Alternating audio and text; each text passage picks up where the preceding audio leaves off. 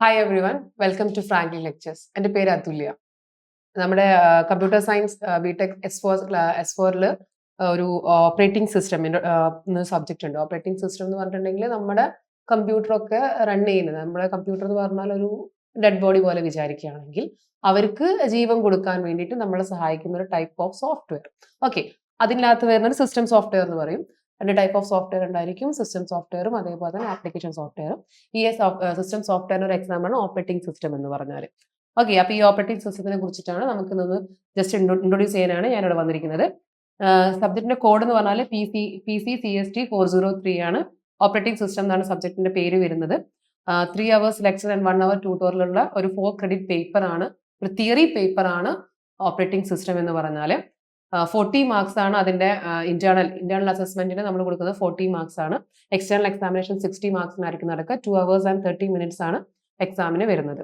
പിന്നെ mark distribution എങ്ങനെയാ വെച്ചാൽ കണ്ടിന്യൂസ് ഇന്റേണൽ ഇവാലുവേഷൻ, നമ്മുടെ ഇന്റേണൽ മാർക്സ്, ടീച്ചേഴ്സ് കോളേജിൽ ഇടുന്ന മാർക്ക്, ആ മാർക്കിന്റെ ഡിസ്ട്രിബ്യൂഷൻ എങ്ങനെയാണ് വരുന്നതെന്ന് വെച്ചാൽ 5 മാർക്സ് ആണ് അറ്റൻഡൻസിന് വരുന്നത്. ഓക്കെ, 5 മാർക്സ് നിങ്ങൾക്ക് മാക്സിമം നിങ്ങളുടെ അറ്റൻഡൻസ് സ്കോർ അനുസരിച്ചിട്ട് 5 മാർക്സ് ആയിരിക്കും നിങ്ങൾക്ക് കംപ്ലീറ്റ്ലി കിട്ടുന്നത്. 100% അറ്റൻഡൻസിന് 5 മാർക്സ് ആണ് പറയുന്നത്. അതേപോലെ തന്നെ അസൈൻമെന്റ് അല്ലെങ്കിൽ മൈക്രോ പ്രൊജക്ട് ആയിട്ടോ, അല്ലെങ്കിൽ മൈക്രോ പ്രൊജക്ട് അല്ലെങ്കിൽ അസൈൻമെന്റ് എന്ന രീതിയിൽ 15 മാർക്സിന്റെ 2 അസൈൻമെന്റ്സ് അല്ലെങ്കിൽ മൈക്രോ പ്രൊജക്ട്സ് ആയിരിക്കും നിങ്ങൾക്ക് ഈ സെമസ്റ്ററിൽ ഒരു സബ്ജക്ട് ഉണ്ടായിരിക്കുക.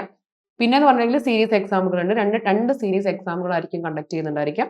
അതിൽ സീരീസ് 1ഉം സീരീസ് 2 ആയിട്ട് നമുക്ക് കാൽക്കുലേറ്റ് ചെയ്യുകയാണെങ്കിൽ 10 മാർക്സ് ഈച്ച് ആണ് നമ്മൾ എന്തിനെടുക്കുന്നുണ്ടായിരിക്കുക, ഇന്റേണൽ ഇവാലുവേഷന് വേണ്ടി എടുക്കുന്നുണ്ടാവുക.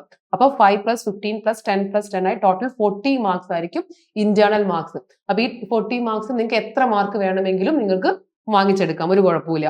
അപ്പൊ മിനിമം നമ്മൾ മാക്സിമം കുറവ് വരികയാണെന്നനുസരിച്ചിട്ട് നിങ്ങൾ എന്ത് ചെയ്യേണ്ടി വരും, അത്രയും നിങ്ങൾ എക്സ്റ്റേണൽ എഴുതിയെടുക്കേണ്ടി വരും. അപ്പൊ അതുകൊണ്ട് നമ്മൾ പ്രോപ്പർ ആയിട്ട് 2 മോഡ്യൂൾ വീതം വൃത്തിക്ക് പഠിച്ച് 1.5 മോഡൽ സീരീസ് എക്സാം ഒക്കെ എഴുതി പോകണമെങ്കിൽ 40 മാർക്സ് നമുക്ക് സുഖമായിട്ട് കിട്ടും. അപ്പൊ നമുക്ക് എന്താക്കും, നമ്മുടെ ഗ്രേഡ് കുറച്ചും കൂടെ നമ്മൾ ഗ്രേഡ് ഉണ്ടാവില്ലേ, CGP ഒക്കെ നമുക്ക് കുറച്ച് കൂട്ടാൻ പറ്റും.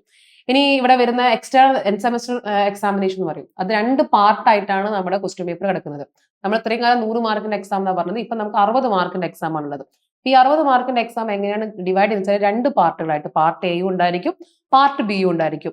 പാർട്ട് എയിൽ 2 ക്വസ്റ്റ്യൻസ് ഫ്രം ഈച്ച് മോഡൽ, ഓരോ മോഡ്യൂളിൽ നിന്നും 2 ക്വസ്റ്റ്യൻസ് വീതമായിരിക്കും ഉണ്ടാവുക. Okay, 8 questions, total of 8 questions ഉണ്ടായിരിക്കും. ഓരോ ക്വസ്റ്റ്യനും 3 മാർക്ക് വീതം, 3 മാർക്ക് വീതമുള്ള 8 ക്വസ്റ്റ്യൻസ്. ഒരു മോഡ്യൂളിൽ നിന്ന് 2 ക്വസ്റ്റ്യൻസ് വീതം, മൊത്തം നമുക്ക് 4 മോഡ്യൂളാണുള്ളത്. അപ്പൊ 4 മോഡ്യൂളിൽ നിന്നും 2 ക്വസ്റ്റ്യൻസ് വീതം വരെ മൊത്തം 8 ക്വസ്റ്റ്യൻസ് ആയിരിക്കും നമ്മുടെ അടുത്ത് ഉണ്ടായിരിക്കാം, 3 മാർക്കിന്റെ. അതായത് അപ്പം 8 × 3 ആയി 24 മാർക്സ് ആണ് പാർട്ട് എയിൽ നമുക്ക് വരുന്നത്. ഓക്കെ, പാർട്ട് ബിയിൽ എന്ന് പറഞ്ഞിട്ടുണ്ടെങ്കിൽ ഓരോ ക്വസ്റ്റ്യനും 9 മാർക്സ് ആയിരിക്കും ഉണ്ടായിരിക്കുക. Each question carries 9 marks. 2 questions will be given from each module, out of which 1 question should be answered. Okay, അത് നമ്മൾ ശ്രദ്ധിക്കാം. നമുക്ക് അവിടെ ഓപ്ഷൻസ് ഉണ്ടായിരിക്കും, നമ്മുടെ ക്വസ്റ്റ്യൻ പേപ്പറിൽ നമുക്ക് ഓപ്ഷൻസ് ഉണ്ടായിരിക്കും. അപ്പൊ പാർട്ട് ബിയിൽ നമുക്ക് 9 മാർക്കിന്റെ ഒരു മോഡ്യൂളിൽ 2 ക്വസ്റ്റ്യൻസ് വരും. ഇതിൽ നമുക്ക് താല്പര്യമുള്ള, നമുക്ക് നന്നായി അറിയുന്ന ഒരു ക്വസ്റ്റ്യൻ മാത്രം നമ്മൾ എടുത്താൽ മതി. അപ്പം each question can have maximum 3 sub divisions. അപ്പം മാക്സിമം നമുക്ക് 9 മാർക്ക് 3 3 3 എന്ന് പറഞ്ഞിട്ട് 3 മാർക്കിന്റെ 3 മാക്സിമം അത്രയും പോവുള്ളൂ. 3 ഡിവിഷൻസ് ആയിട്ട് ABC എന്ന രീതിയിൽ നമുക്ക് പോവുള്ളൂ. അപ്പൊ നമ്മൾ ഈ 9 മാർക്കിന്റെ 4 മോഡൽ ഉള്ളത് കാരണം 4 ക്വസ്റ്റ്യൻസ് നമ്മൾ അറ്റൻഡ് ചെയ്യണം. അപ്പൊ 9 × 4 36 മാർക്സ് ആയിരിക്കും പാർട്ട് ബിയിൽ ഉണ്ടാവുക. അപ്പൊ ഇൻ ടോട്ടൽ 60 മാർക്സ് ആണ് നമ്മൾ വാങ്ങിക്കേണ്ടത്. അപ്പൊ ഈ 60 നമ്മൾ പാസ് ആവുക എന്ന് പറഞ്ഞാൽ 40% ഓഫ് ടോട്ടൽ സ്കോർ ആണ് നമ്മൾ വിചാരിക്കുന്നത്. അപ്പം 40% ഓഫ് 60 മാർക്സ് എന്ന് പറഞ്ഞാൽ 24 മാർക്സ്. അപ്പം പ്രോപ്പർ ആയിട്ട് നമ്മൾ പോവുകയാണെന്നുണ്ടെങ്കിൽ പാർട്ട് എ തന്നെ മതി, നമുക്ക് നമുക്ക് ജയിച്ചു പോവാ എന്ന് പറഞ്ഞാൽ പാർട്ട് എയിൽ 24 മാർക്സ് അവിടെ തന്നെ കിട്ടുന്നുണ്ട്. അപ്പൊ നന്നായിട്ട് മാർക്ക് സ്കോർ ചെയ്യണമെന്നുണ്ടെങ്കിൽ പാർട്ട് ബിയിലേക്ക് നമുക്ക് നല്ല മാർക്ക് നമുക്കവിടെ സ്കോർ ചെയ്യാൻ പറ്റും. ചുരുക്കി പറഞ്ഞാൽ വളരെ ഈസി ആയിട്ട് നമുക്ക് നല്ലൊരു CGPA കിട്ടാൻ, നല്ലൊരു ഗ്രേഡ് കിട്ടാൻ പോസിബിൾ ആയിട്ടുള്ള ഒരു സബ്ജക്റ്റ് ആണ് ഓപ്പറേറ്റിംഗ് സിസ്റ്റം എന്ന് പറഞ്ഞാൽ. ഇനി ഓപ്പറേറ്റിംഗ് സിസ്റ്റത്തിൽ നമ്മൾ 4 മോഡ്യൂളുകളായിട്ടാണ് ഡിവൈഡ് ചെയ്തിരിക്കുന്നത്. അപ്പം ഒരു ഓപ്പറേറ്റിംഗ് സിസ്റ്റം ഫസ്റ്റ് മോഡ്യൂൾ എന്ന് പറഞ്ഞിട്ടുണ്ടെങ്കിൽ ഇൻട്രൊഡക്ഷൻ ആണ്. എന്താണ് ഈ ഓപ്പറേറ്റിംഗ് സിസ്റ്റം, എന്താണ് അവിടെ നടക്കുന്ന കേർണൽ എന്താണ്, ലിനക്സ് എന്താണ്, ഈ പ്രോസസ് എന്ന് പറഞ്ഞാൽ എന്താണ്, ഒരു പ്രോഗ്രാമും പ്രോസസ്സും തമ്മിലുള്ള വ്യത്യാസം എന്താണ്, ഒരു പ്രോസസ്സിനകത്ത് എന്തൊക്കെയാണ് ഉണ്ടായിരിക്കുക. നമ്മളിപ്പോ നമുക്ക് എല്ലാവർക്കും അറിയുന്ന ഒരു കാര്യമാണ്, ഒരു കമ്പ്യൂട്ടറിൽ നമ്മളൊരു കാര്യം ചെയ്തുകൊണ്ടിരിക്കുകയാണെന്നുണ്ടെങ്കിൽ നമ്മുടെ കമ്പ്യൂട്ടറിനാകെ ഒറ്റ പ്രോസസ്സറേ ഉള്ളൂ. ഒരൊറ്റ CPU വെച്ചിട്ടാണ് നമ്മുടെ കമ്പ്യൂട്ടർ നമ്മൾ സകലമാന വർക്കുകളും ചെയ്തുകൊണ്ടിരിക്കുന്നത്. പക്ഷെ നമുക്ക് ഇങ്ങനെ പലപ്പോഴും ഫീൽ ചെയ്യാറുണ്ട്, ഇപ്പൊ നമ്മളൊരു ക്രോമിൽ നമ്മൾ സിസ്റ്റത്തിൽ നമ്മൾ ക്രോം റൺ ചെയ്യാണ്, സെയിം ടൈം നമ്മൾ ഇവിടെ മീഡിയ പ്ലെയറിൽ ഒരു സിനിമ വെച്ചിട്ടുണ്ട്, അല്ലെങ്കിൽ നമ്മൾ അവിടെ ഒരു പാട്ട് കേൾക്കുന്നുണ്ട്. അപ്പൊ ഒന്നിൽ കൂടുതൽ ടാസ്കുകൾ നമ്മൾ ചെയ്തുകൊണ്ടേയിരിക്കുമ്പോൾ നമുക്കൊരു ഇല്യൂഷൻ നമ്മളെ മുന്നിൽ അവിടെ സൃഷ്ടിക്കുകയാണ് ആ സിസ്റ്റം.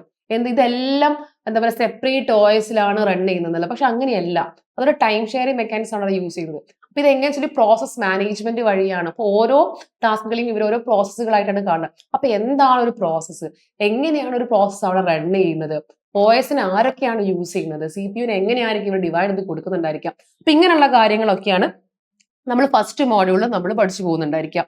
അപ്പൊ കൂടാതെ ഒരു 3 കേസ് സ്റ്റഡീസ് ആണ് നമ്മൾക്ക് ഇതിന്റെ പ്രൊജക്റ്റ് ആയിട്ട് വരുന്നത് മോഡ്യൂൾ 1.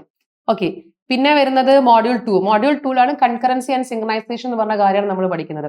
കൺകറൻസി ആൻഡ് സിങ്ക്രണൈസേഷനിൽ നമ്മൾ പറയാൻ നേരത്ത് കൺകറൻസി ആൻഡ് ഡെഡ് ലോക്ക് ഒക്കെ വരുന്നത്, അതായത് ഒന്നിൽ കൂടുതൽ പ്രോസസ്സുകൾ നമ്മൾ വന്നു എന്ന് പറയും. അപ്പൊ ഒന്നിൽ കൂടുതൽ പ്രോസസ്സുകൾ വരാൻ നേരത്ത് ഒന്നിൽ കൂടുതൽ പ്രോസസ്സുകൾ നമ്മുടെ ക്രിട്ടിക്കൽ സെക്ഷനിൽ, നമ്മുടെ OSന്റെ ക്രിട്ടിക്കൽ ഏരിയയിൽ ആക്സസ് ചെയ്യാനുള്ള പോസിബിലിറ്റീസ് ഉണ്ട്. അങ്ങനെ ഒരു ക്രിട്ടിക്കൽ ഏരിയനെ അവർ ആക്സസ് ചെയ്യാൻ വേണ്ടി അവർ ശ്രമിക്കുമ്പോൾ എന്താ സംഭവിക്കുക, നമ്മൾ ഒരു പ്രോസസ് എന്റെ എന്തെങ്കിലും സെൻസിറ്റീവ് ആയിട്ടുള്ള ഒരു ഡാറ്റ ഉണ്ടെങ്കിൽ ആ ഡാറ്റ പ്രോസസ് ബി മാനിപ്പുലേറ്റ് ചെയ്യാനുള്ള പോസിബിലിറ്റീസ് ഉണ്ട്.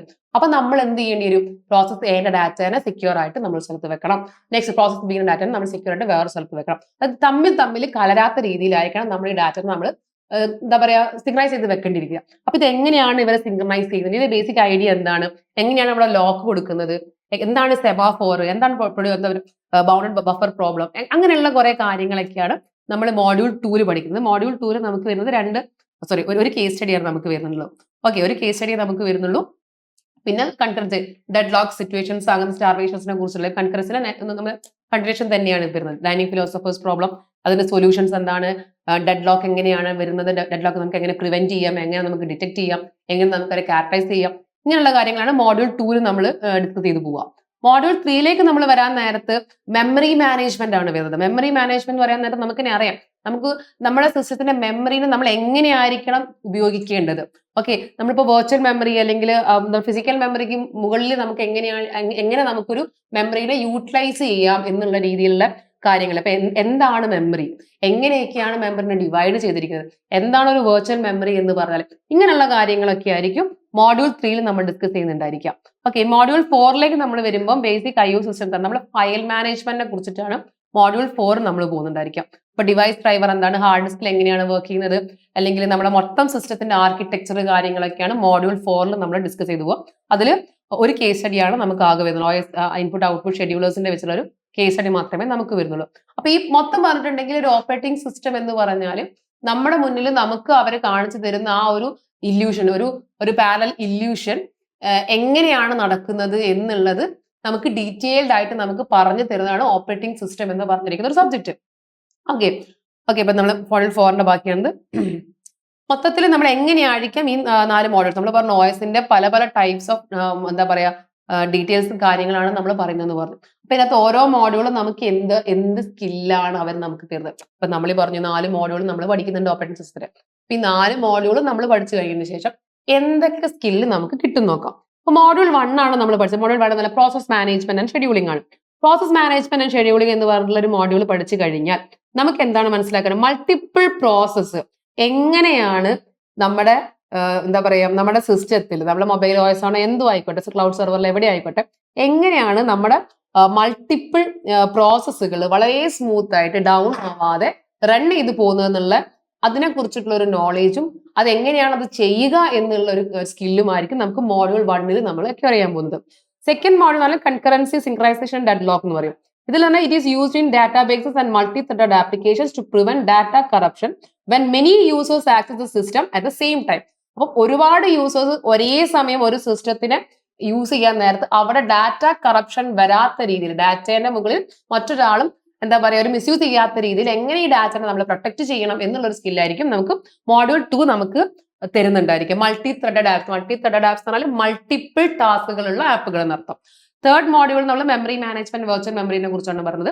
അപ്പോൾ മോഡേൺ ഓപ്പറേറ്റിംഗ് സിസ്റ്റം ഒക്കെ നമ്മൾ വരാൻ നേരത്ത് ലിമിറ്റഡ് റാമിൽ വർക്ക് ചെയ്യുന്ന ആപ്ലിക്കേഷൻസ് എങ്ങനെ നമുക്ക് വെർച്വൽ മെമ്മറീസ് അല്ലെങ്കിൽ വെർച്വൽ മെഷീൻസിലെ കണ്ടെയ്നേഴ്സ് യൂസ് ചെയ്തിട്ട് നമുക്ക് വർക്ക് ചെയ്യിപ്പിക്കാൻ പറ്റും എന്നുള്ളൊരു നോളജും സ്കില്ലും നമുക്ക് മോഡ്യൂൾ 3 നമുക്ക് തരുന്നതായിരിക്കും.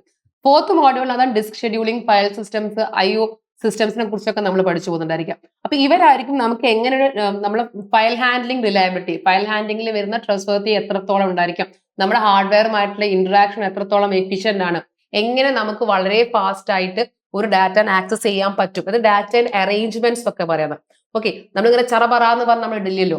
നമ്മൾ ഡാറ്റ സ്ട്രക്ചറിലൊക്കെ പറഞ്ഞില്ലേ, ഇപ്പൊ ഡാറ്റ നമ്മൾ കറക്റ്റ് ആയിട്ട് ഒരു ഓർഡറിൽ വെക്കണം. അപ്പൊ അതേപോലെ ഈ ഡിവൈസുകളിൽ ഫയൽ സിസ്റ്റംസ് ഒക്കെ നമ്മൾ എങ്ങനെയായിരിക്കും പ്രോപ്പർ ആയിട്ട് അവർ അറേഞ്ച് ചെയ്ത് വെച്ചിരിക്കുന്നുണ്ടായിരിക്കുക, എങ്ങനെയാണ് ഇവരെ നമ്മൾ ഷെഡ്യൂൾ ചെയ്യുന്നത്, ഇങ്ങനെയുള്ള കാര്യങ്ങളൊക്കെ ആയിരിക്കും മോഡ്യൂൾ 4 നമുക്ക് പഠിക്കാൻ പറ്റുക. ഇപ്പൊ ചുരുക്കി പറഞ്ഞിട്ടുണ്ടെന്നാണെങ്കിൽ ഒരു ഓപ്പറേറ്റിംഗ് സിസ്റ്റം എന്താ പറയാ, ഞാൻ തുടക്കത്തിൽ പറഞ്ഞതുപോലെ ഒരു മെഷീൻ എന്ന് പറഞ്ഞാൽ വെറും ഒരു ഡെഡ് ബോഡി പോലെയാണ്. പ്രത്യേകിച്ച് ഒന്നുമില്ല, അവരെ കൊണ്ട് നമുക്ക് ഒന്നും ചെയ്യാനില്ല.